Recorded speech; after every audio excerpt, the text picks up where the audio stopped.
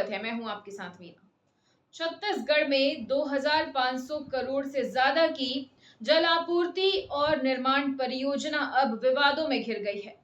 आरोप है कि टेंडर प्रक्रिया में तय नियमों की अनदेखी की गई और अयोग्य कंपनी को योग्य करार दे दिया गया। अब इस पूरे मामले को लेकर हाई कोर्ट में याचिका दायर की गई है। आइए आपको दिखाते हैं पूरी खबर। प्रदेश में 2549 करोड़ रुपए की जल आपूर्ति और निर्माण परियोजना का टेंडर एक बार फिर बड़े विवाद की ओर बढ़ रहा है। मेसर्स ऑफशोर इंफ्रास्ट्रक्चर लिमिटेड ने इस मामले में बिलासपुर हाई कोर्ट की डिवीजन बेंच में पुनर्विचार याचिका दायर करने की पूरी तैयारी कर ली है। याचिका के ड्राफ्ट में सबसे बड़ा सवाल टेंडर की शर्त 3.81 के खुले उल्लंघन पर उठाया गया है, जो स्पष्ट रूप से जॉइंट वेंचर यानी कि जेवी की भागीदारी पर रोक लगाता है। इसके बावजूद टेंडर मूल्यांकन समिति ने प्रतिवादी क्रमांक 5 को मध्य प्रदेश जल निगम के एक पुराने प्रोजेक्ट के आधार पर योग्य मान लिया। याचिकाकर्ता के द्वारा पेश किए जाने वाले दस्तावेजों से ये साबित होता है कि वो काम DBL SIPL जेवी द्वारा किया गया था, जिसमें संबंधित कंपनी की हिस्सेदारी मात्र 65% थी। याचिका में ये तर्क मजबूती से रखा जा रहा है कि जब निविदा में जेवी पर स्पष्ट रोक है तो 65% हिस्सेदारी वाली कार्य को किसी कंपनी का 100% निजी अनुभव मानकर टेंडर सौंपना नियमों का सीधा मखौल है। वहीं मुख्य सचिव की 64वीं कार्यकारिणी की बैठक में सीकासेर कोडार लिंक योजना के निविदा कंडिका नंबर 1.3B का उल्लेख नहीं था, जिसे मुख्य सचिव के कार्यकारी समिति की बैठक के उपरांत अलग से जोड़कर निविदा में लगाया गया है। वहीं हाईकोर्ट ने अपने 4 अगस्त के फैसले में पुराने अनुभव की जांच को टेंडर समिति के अधिकार क्षेत्र का हिस्सा माना था।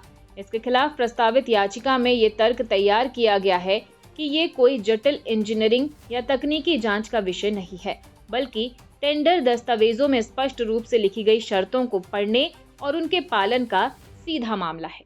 जब कागजों पर जेवी पूरी तरह से निषिद्ध है तो समिति किस आधार पर उसे मान्यता दे सकती है?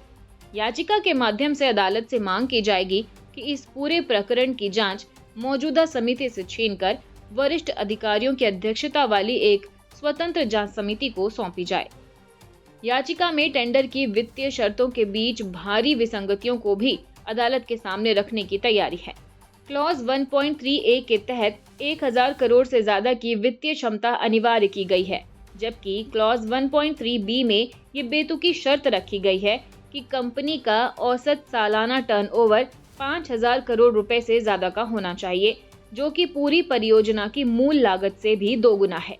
याचिकाकर्ता का तर्क है कि इन दोनों ही शर्तों को एक साथ थोपने में प्रतिस्पर्धा खत्म होती है। न्याय संगत प्रक्रिया के लिए इन्हें एक दूसरे के विकल्प के तौर पर देखा जाना चाहिए। प्रस्तावित याचिका में प्रमुख 4 मांगे रखी गई है। पहला, नियमों और शर्तों का खुला उल्लंघन करने वाली कंपनी की तकनीकी पात्रता तत्काल प्रभाव से रद्द हो और उसे टेंडर प्रक्रिया से बाहर किया जाए।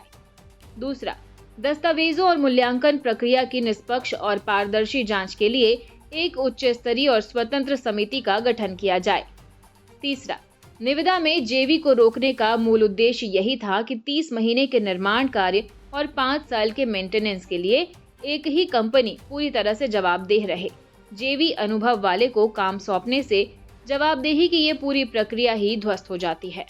चौथा, टेंडर की वित्तीय शर्तों की व्यवहारिक और तर्कसंगत व्याख्या की जाए ताकि टेंडर प्रक्रिया में पारदर्शिता बनी रहे और मनमानी पर रोक लगे। और इसी के साथ फिलहाल खबरों में इतना ही अपडेटेड रहने के लिए हमारे चैनल को सब्सक्राइब कर लीजिए। नई खबरों के नोटिफिकेशन के लिए बेल आइकन जरूर दबाइए।